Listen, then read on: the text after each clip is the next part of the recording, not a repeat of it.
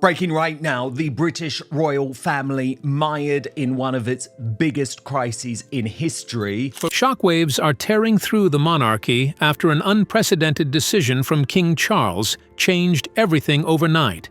Reports claim he has officially handed the throne to Prince Harry, triggering a royal earthquake no one thought possible. But the most astonishing twist is the alleged stripping of royal titles from both Queen Camilla and Prince William, leaving the palace in turmoil. Insiders speak of frantic meetings, bitter reactions, and a family divided like never before. So, what pushed Charles to rewrite the royal future in such a dramatic way forever? A night that rewrote the royal future. The message left Buckingham Palace quietly, yet it landed across the world like a tremor shaking centuries of expectation. There were no trumpets, no balcony appearance, no dramatic fanfare, just a carefully crafted announcement released after sunset, delivered in the calm, restrained tone the palace uses when the truth is far too big for emotion. And within that short, polished statement sat a revelation that shattered every assumption held by royal watchers, political analysts, and ordinary families sipping evening tea. King Charles had named Prince Harry as the next heir to the throne. Not William, the long-prepared successor. Not the future king everyone had been conditioned to expect. But Harry. The message's path from draft to public release was almost ceremonial in its caution.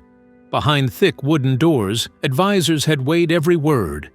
Aware that even a misplaced comma could change the meaning once approved, the document traveled through the palace like a secret too hot to hold. Passed carefully from hand to hand, its significance understood by everyone who touched it. Staff who had served through decades of royal routines felt the shift instantly. Conversations dropped mid-sentence, files sat untouched, expressions tightened as if the air itself had thickened. Something monumental, something irreversible, had finally crossed the threshold. For months, the king's calendar had shown signs that most people brushed aside as the usual demands of an aging monarch. Small pauses during public appearances, longer private briefings, an increasing number of closed-door meetings. None of it raised alarms on its own. Yet when connected, these details formed a quiet pattern.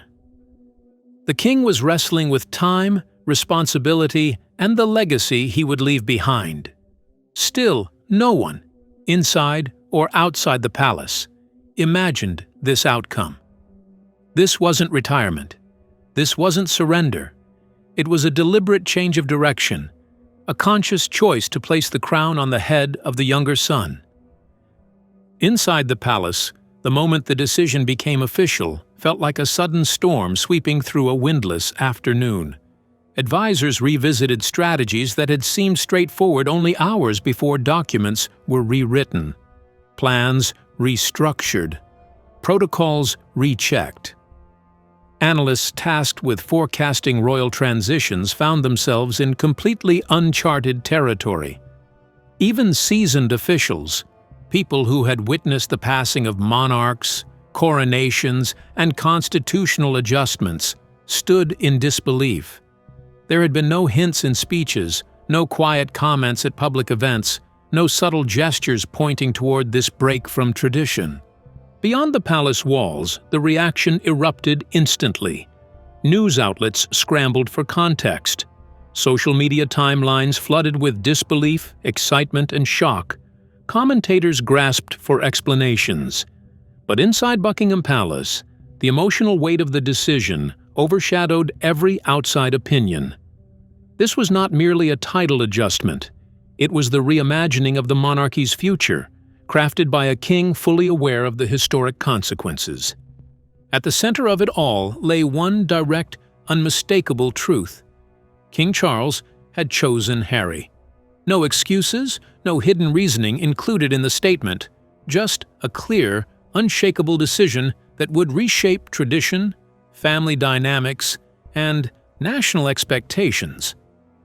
And as London's night deepened, one reality settled over the country. The royal story had just turned in a direction no one ever saw coming. And how did King Charles's unprecedented choice ignite whispers of betrayal, loyalty, and a royal future no one dares to predict? Keep watching. When tradition collides with the law. Titles don't survive on feelings, they survive on law, and today that law reshuffles overnight. The shock of King Charles's announcement had barely settled when the first waves of consequence began to ripple through the palace. What started as a quiet statement released into the evening air now pressed against the very foundation of royal protocol. Inside Buckingham Palace, the transition from emotion to legality happened almost instantly. The moment Charles named Harry as his successor, centuries-old rules, formal documents, and established customs snapped into action like gears in a hidden machine. Staff who had been whispering in disbelief just minutes earlier shifted into procedural mode. Senior aides moved swiftly, gathering folders, historical precedents, and legal texts to examine the king's choice through the lens of constitutional practice. And at the center of these discussions lay a truth many forget. Royal titles are not sentimental ornaments. They are legal instruments defined by documents such as letters patent, adjusted only by the reigning monarch's authority. Charles's decision, shocking as it was, automatically triggered a review of who keeps what, who loses what, and who stands where in the updated line of succession. For Camilla, the consequences were immediate and rooted in long-standing rules. Her title, Queen Consort, was always tied directly to Charles's time on the throne. By tradition and by law, the moment his reign ends, her title changes. It doesn't matter how beloved she is, how visible she has been, or how central her role appeared during the May 6, 2023 coronation ceremonies. The title exists only because Charles sits on the throne. When he steps aside, the title dissolves with him. Palace officials knew this, and yet the reality of it, arriving so swiftly, still carried the weight of a cold shock. But the most fragile position belonged to Prince William. For decades, he stood as the unquestioned heir, the future king in waiting.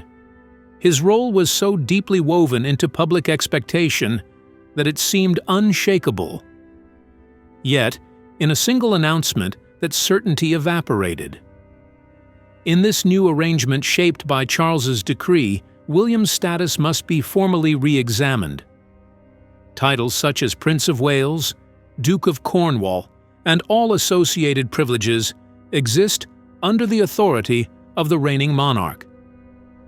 And now that the monarchy's future redirects toward Harry, William's standing is no longer protected by tradition alone. Behind closed doors, advisors debated how much of the heir's identity survives when he is no longer heir. The discussion was not emotional, it was technical and rooted in precedents. Removing or redefining a title requires specific steps. The king, or upon his stepping down, the new monarch, must decide whether to enforce a soft removal, allowing titles to fade quietly from use, or a formal revocation that involves issuing or amending letters patent. Either approach is valid, but both carry symbolic power. A soft removal is silent but clear. A formal revocation is unmistakably public. Debrett's experts, constitutional scholars, and senior palace officials began examining past examples, studying how previous monarchs managed sudden title changes. Every path led to the same conclusion.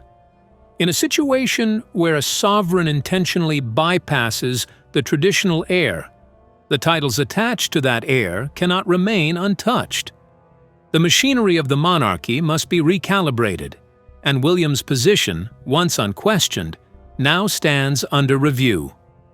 And as these decisions began moving quietly through official channels, one truth hung in the air. The king's declaration had not only reshaped the future, but had already started rewriting the present. So how did a single royal decree ignite whispers of betrayal, leaving William's fate suspended between tradition and sudden upheaval. Stay tuned. The Son Shaped by Fire and Reinvention. The king's decision was not a dramatic gesture or a last-minute spectacle. It was a deliberate choice shaped by years of watching his sons grow in completely different worlds. As the heavy machinery of royal protocol settled over Buckingham Palace, one question echoed everywhere from political panels to everyday conversations. Why Harry? And why now? The sudden shift in titles, paired with the astonishing bypassing of William, left much of the nation stunned and searching for clarity. But for those who've quietly followed Harry's journey, from childhood heartbreak to global influence, the answer didn't feel as impossible as it first appeared. It carried the calm logic of a father who had watched tradition shape one son while hardship shaped the other. In the hours after the announcement, the focus moved away from legal details and toward the man now placed in line for the crown. Harry's story has always been a strange mixture of privilege and pain, admiration and criticism, expectation and rebellion. He was the child whose grief played out in front of millions, the young soldier who sought purpose far from palace gates, the adult who stepped into advocacy roles with a sincerity few expected. His path was messy, unpredictable, human. And that humanity had become his strongest asset. Inside the palace, advisors studying the king's choice noted something striking. Harry possessed a natural connection with people that the monarchy had spent decades trying to create. Whether speaking with veterans, engaging with families, struggling through mental health challenges, or working on humanitarian projects, he had a way of breaking through barriers of class, age, and status. In a modern world dominated by social media, constant commentary, and demands for transparency, Harry often seemed more comfortable than the institution itself. He spoke plainly, addressed uncomfortable issues head-on, and used his own wounds as a way to reach others. His years of military service added depth to this image. Instead of settling into the familiar ceremonial duties expected of someone born into royalty, he volunteered for the real thing, training, deploying, and risking his life beside soldiers who judged him not by title, but by effort. Those experiences changed him. They sharpened his sense of responsibility, deepened his resilience, and grounded him in realities far different from royal formality. For many, it was the moment Harry stepped out from under the shadow of his title and into the shape of his own character. King Charles, long burdened with the task of modernizing the monarchy, likely watched these developments with a mixture of pride and caution. Harry represented something the royal family increasingly lacked: relatability. While tradition demanded poise and distance, Harry's openness, his willingness to cry, to apologize, to speak about emotional struggles, connected with younger generations in a way that formal speeches never quite managed. Even his difficult battles with the media, though controversial, revealed a deeper truth: the tension between centuries-old expectations and the reality of a digital world that never turns off. Behind closed doors, those close to the king described a growing awareness that tradition alone could no longer preserve the monarchy. Public trust was shifting, global attention was relentless, and the next sovereign would need not only discipline, but adaptability. In that sense, Harry was more than a surprise choice. He was a bridge, a figure molded by royal history, yet flexible enough to fit into a rapidly changing world. By the time palace officials finished sorting through legal implications, the choice felt less like a shock and more like a calculated step. The king had not selected the safest son. He had selected the one who had endured storms and learned to reach people standing in them. But what secret strategy compelled the king to favor a son once distant, now positioned to reshape the monarchy's very survival? Stay glued. The king's calculated surrender. This wasn't sudden. It was the final move in a long chess game Charles has quietly been preparing. As the world struggled to understand why Harry had been chosen, attention naturally drifted back to the king himself. What forces pushed a monarch who waited more than 7 decades to ascend the throne to now step aside, abandoning the predictable path of tradition? The answer was neither simple nor impulsive.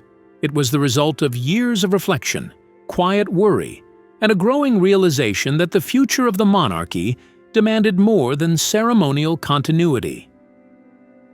Throughout his reign, King Charles had carried both the privilege and strain of being one of the oldest monarchs to inherit the crown. His coronation on May 6, 2023, marked a historic moment. But behind the celebration lay the undeniable truth of age pressing against duty. Increasingly, the weight of engagements, state responsibilities, and relentless public expectation carved visible lines of fatigue into his schedule. Those within the palace had sensed it. Moments when the king paused slightly longer than before, moments when meetings stretched into late hours because he insisted on understanding every detail, perhaps aware that time was no longer an unlimited resource. Yet age alone could not explain a decision this bold.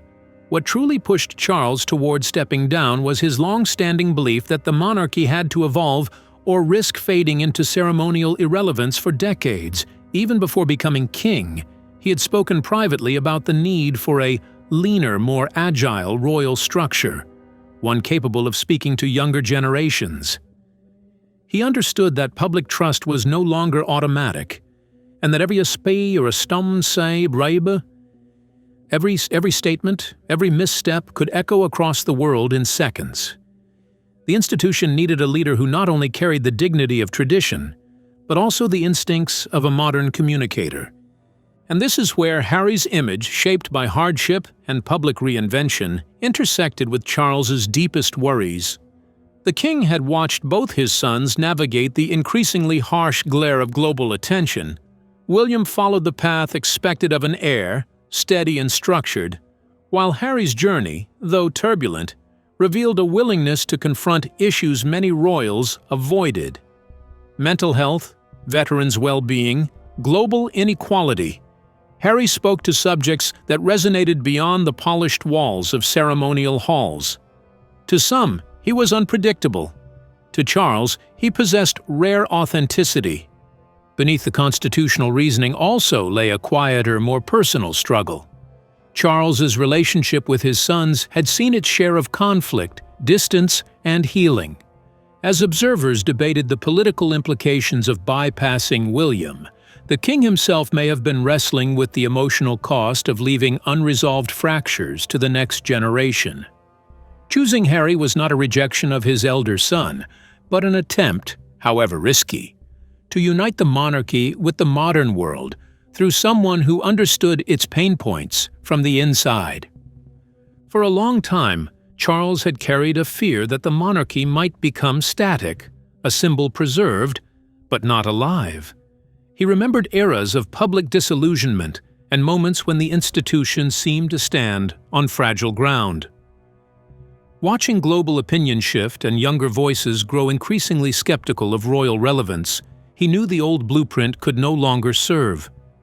The monarchy needed new energy, someone who could speak not just from a throne, but from experience. Thus, the decision he made was not born overnight. It was the culmination of decades of contemplation, the pressure of his own limits, and the steady conviction that the future required a different kind of leader.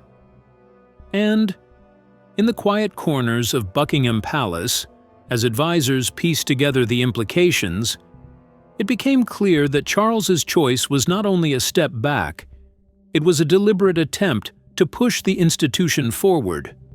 Now, as silent hands reshape the monarchy's path, what hidden force dared steer Charles toward a choice no crown ever risked?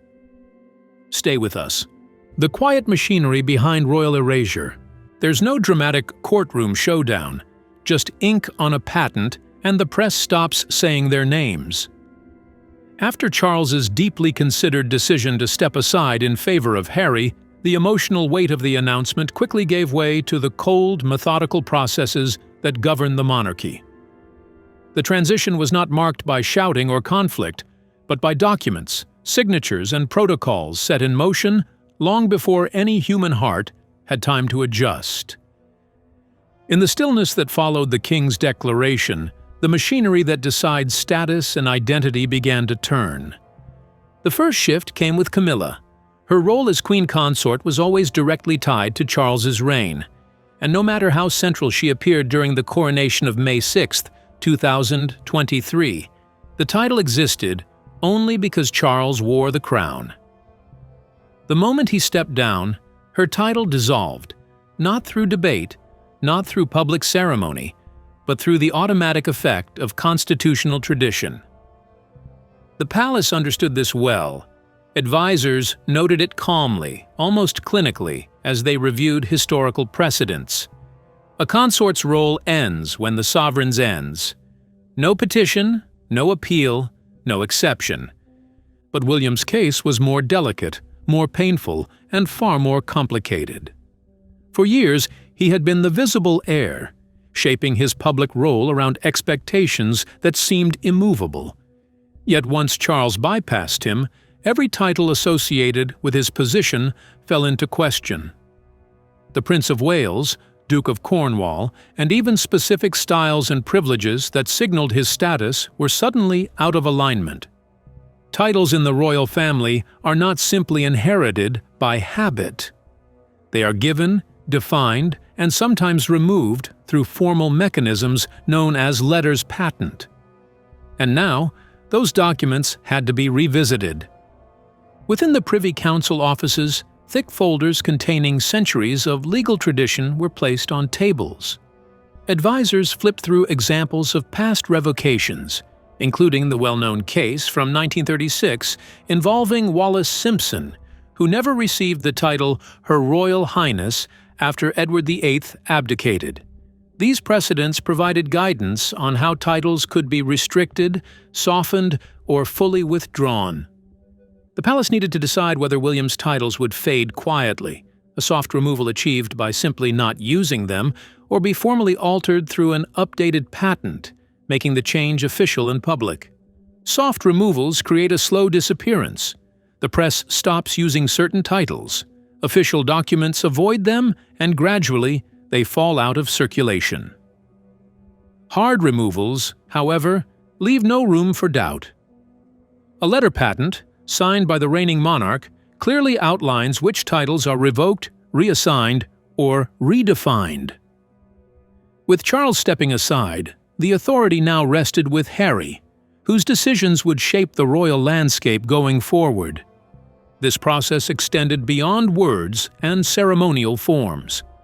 Residences, staff assignments, security provisions, and patronages were all affected. Clarence House, Kensington Palace offices, and the Duchy of Cornwall properties all had to be reassessed. Financial allowances connected to specific roles required review. Even the symbolic duties William once performed would need new direction. Debrett's, the long-standing authority on British titles, became an essential reference as officials navigated the transition. Their guidelines helped the palace determine what styles applied, what expired naturally, and what required royal intervention. What made the moment so striking was the quietness of it all. No arguments, no public hearings, just paperwork and precedent steadily reshaping the lives of those who once seemed untouchable. And as these decisions were implemented, one truth grew unmistakably clear: the stripping of titles is not theatrical. It happens in silence, through centuries-old protocols that erase names from positions faster than public sentiment can catch up. As centuries-old rules quietly redraw the map of power, what hidden trigger forced the palace to act long before anyone noticed? The nation divides as the crown rewrites itself. The internet explodes. Team Kate, Team Camilla, Team Harry. and Parliament watches nervously. The quiet administrative work unfolding inside Buckingham Palace had barely begun when the outside world erupted. News of the title changes and the unprecedented shift in succession spread at lightning speed, igniting debates that cut across social groups, political alignments, and even family living rooms. What the palace handled with calm precision, the public received with fire. Social media platforms became battlegrounds within minutes. Hashtags appeared faster than they could be counted. Supporters of William and Catherine rallied under banners calling the decision unfair, citing years of preparation, loyalty, and public service. Others defended Harry, saying the monarchy needed someone who understood real-world struggles and wasn't trapped inside rigid expectations. And supporters of Camilla, though fewer, pushed back against comments shaped by decades of complicated public opinion. The divide was instantaneous and intense. Tabloids seized the moment with a mixture of shock and triumph. Front pages screamed with dramatic headlines, some framing the king's decision as a bold step toward modernity, others painting it as chaos. Editors scrambled to gather expert opinions, palace whispers, and even outdated photographs just to keep up with the public's hunger for clarity. Television anchors spoke with urgency, analyzing every angle, every potential outcome, every detail of the monarchy's legal framework. By nightfall, it felt as though the entire country had become a panel of commentators. Nostalgia played its own role in the storm.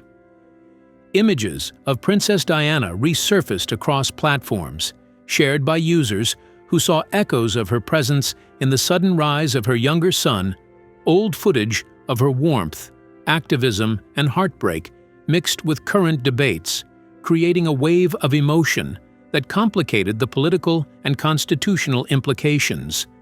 Some felt that Harry inheriting the crown was the universe's way of restoring something lost long ago. Others insisted that invoking Diana was unfair to William, who had also lived through the same trauma. Pollsters moved quickly to capture public sentiment. Early numbers hinted at a nation split, but leaning toward curiosity rather than rejection. Younger generations, familiar with Harry's openness about mental health and service work, seemed more receptive to the shift. Older groups remained cautious, uncertain whether an untraditional king could protect an institution built on continuity. Analysts pointed to past YouGov surveys showing fluctuating support for different members of the royal family, proof that public opinion had never been as fixed as tradition suggested. The reaction wasn't confined to the public alone. Political voices began to emerge. Some members of Parliament called for urgent discussions on constitutional clarity. Others warned that the government should not interfere in royal succession, but admitted that the stability of the nation depended on public trust. Legal experts speculated on the Privy Council's potential role, wondering whether their guidance might be needed to interpret the extent of the king's authority and the precise timing of each procedural step. Rallies formed spontaneously in cities like London, Manchester, and Edinburgh. Some gatherings were peaceful demonstrations of support. Others grew heated as opposing groups confronted each other over what the crown should represent in this modern era. Even international media joined in, treating the situation as a global spectacle. Through all of this noise, one fact remained unchanged. The monarchy had crossed a line that could not be walked back, and the fallout, spreading through screens, streets, and political halls, was only beginning to take shape. And how did one unseen decision inside Buckingham Palace ignite a crisis so fierce it now threatens the crown's very future? A crown at the crossroads of tradition and transformation. A new king, a reshaped public image, and a monarchy forced to choose between tradition and reinvention.